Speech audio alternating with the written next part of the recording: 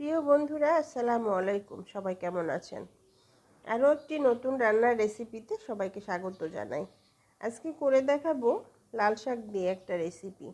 আর রেসিপিটা সবাই পারে, এক একজন এক এক রকমভাবে বানিয়ে থাকে। তো আমি যেভাবে লাল শাকটা রান্না করে থাকি সেটা আমি আজকে আপনাদের সাথে শেয়ার করব। এখন প্রকৃতিতে ভাদ্র মাসের গরম এবং বর্ষাকালের বৃষ্টি দুটোই মিলিয়ে এখন সিজন চলছে, কিন্তু বাজারে প্রচুর শীতের সবজিতে ভরে গেছে। তাই আজকে আমি আপনাদের লাল শাকের একটা রেসিপি করে দেখাবো। আর আমার এই রেসিপিটা যদি ভালো লাগে তাহলে আমার চ্যানেলটিকে একটা লাইক, সাবস্ক্রাইব, ফলো দিয়ে পাশে থাকবেন। আর বেশি বেশি করে ফ্রেন্ডস, ফ্যামিলি মেম্বারদের সাথে শেয়ার করবেন। চলুন রেসিপিটা কীভাবে বানাবো সেটা আপনাদের সাথে শেয়ার করি। এখানে আমি ফ্রেশ এক মুঠা লাল শাক নিয়ে নিয়েছি। আর লাল শাকের গোড়াটা ফেলে দিয়ে, মরা পাতা টাতাগুলো ফেলে দিয়ে ভালো করে বেছে নিয়ে পরিষ্কার করে 3-4 বার ধুয়ে নিয়েছি। শাক সবসময় পরিষ্কার করে বেছে নিয়ে ধুয়ে নিতে হবে। এরপর আমি এটা কুচি কুচি করে কেটে নিলাম। কাটার পরে ধুলে শাকের যে খাদ্য উপাদান, ভিটামিন, আয়রন সব বের হয়ে যায়। সে কারণে কাটার আগে ধুয়ে নিতে হবে। ছোট ছোট কুচি করে কেটে নিয়েছি, দেখতেই পাচ্ছেন।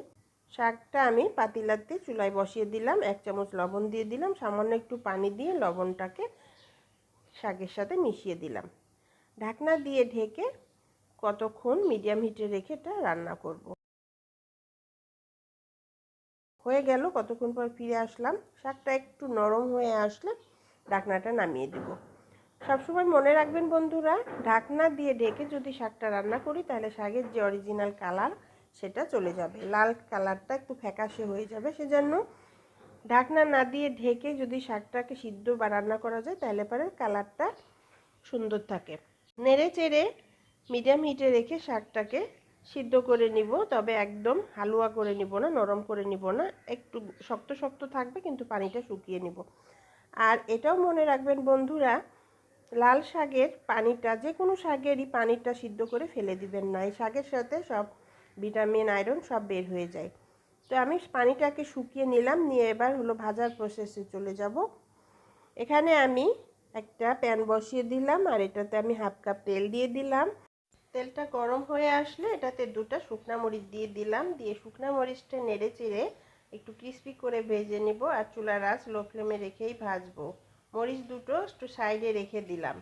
এখানে আমি 2টা রসুন কুচি করে নিয়েছি, সেটা অ্যাড করে দিলাম। আর এই সময় চুলার আঁচ লো ফ্লেমে রাখবো একটু।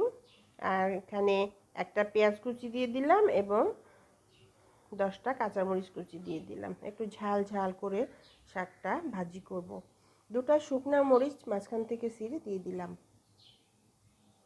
এবার এই কাটা উপাদানগুলোকে নেড়ে চেড়ে তেলের সাথে ভেজে নেব। হালকা ব্রাউন কালার করে ভেজে নেব, বেশি লাল করব না। আর এই পাশে শুকনো মরিচ 2টাকে রেখে দিয়েছি, ওটা একটু মুচমুচে হওয়ার জন্য।